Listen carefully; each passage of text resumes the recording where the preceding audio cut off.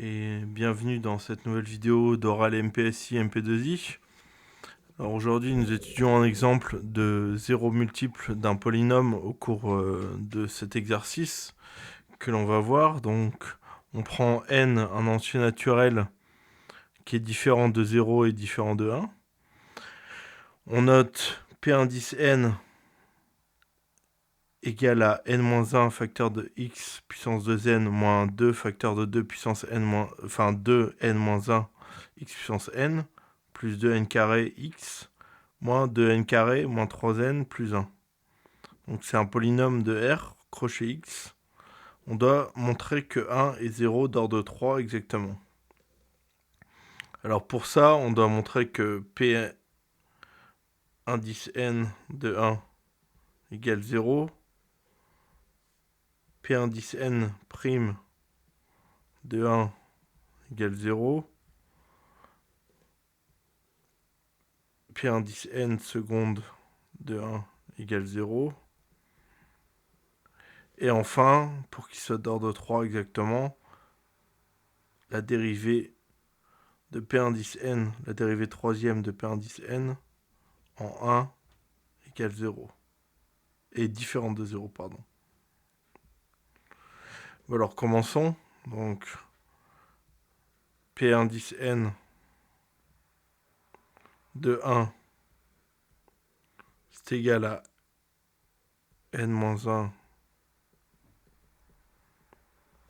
moins 2 facteur de 2 n moins 1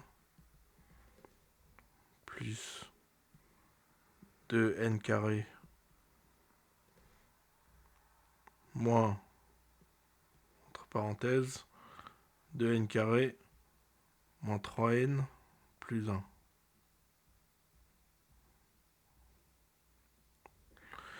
Alors là, quand on évalue, ça fait n.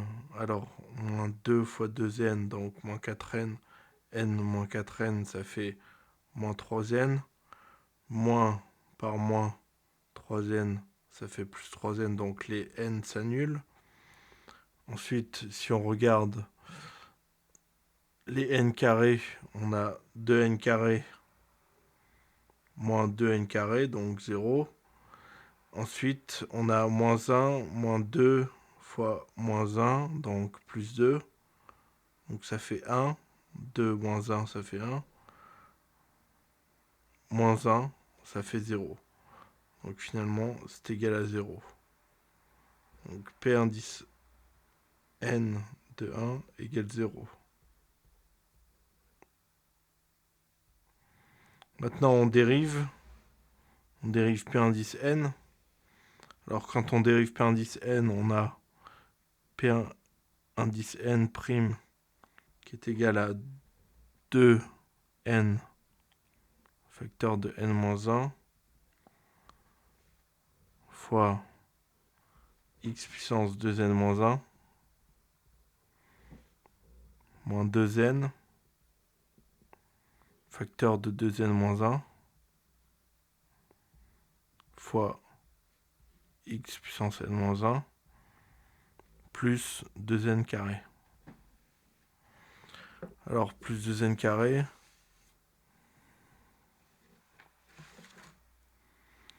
donc si on l'évalue en 1, P indice n prime évalué en 1, ça nous fait 2 n facteur de n-1 moins 2 n facteur de 2n moins 1 plus 2n carré. Et donc si vous vérifiez, ça fait bien 0. Donc P indice n prime de 1 égale 0. Ensuite, pour avoir P indice n seconde, eh bien on dérive P indice n prime. Donc ça nous fait P indice n seconde égale 2n facteur de n-1 facteur de 2n-1, le tout facteur de x puissance 2n-2, moins 2n facteur de 2n-1 facteur de n-1 facteur de x puissance n-2.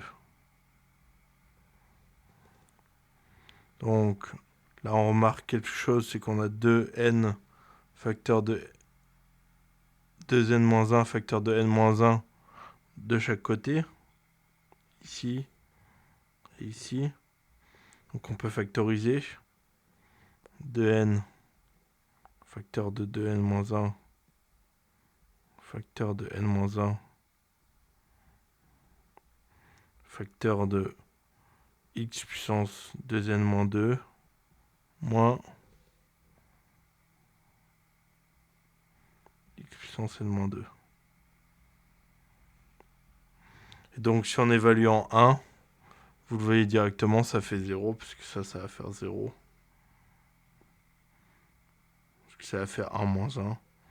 Donc P indice n secondes évalué en 1 égale 0. Ensuite, il nous reste la dérivée troisième de P indice n.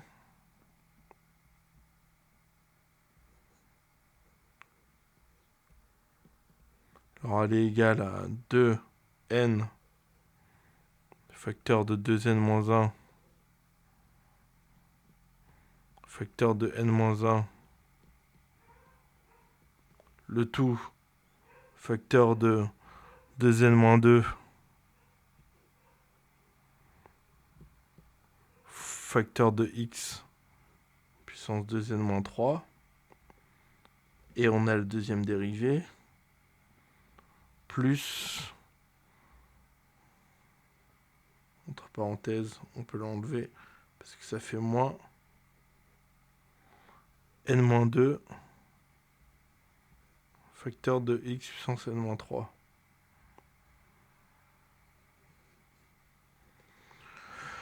Donc si on l'évalue en 1, cette dérivée troisième de P indice n, ça nous fait 2n facteur de 2n-1 facteur de n-1 facteur de n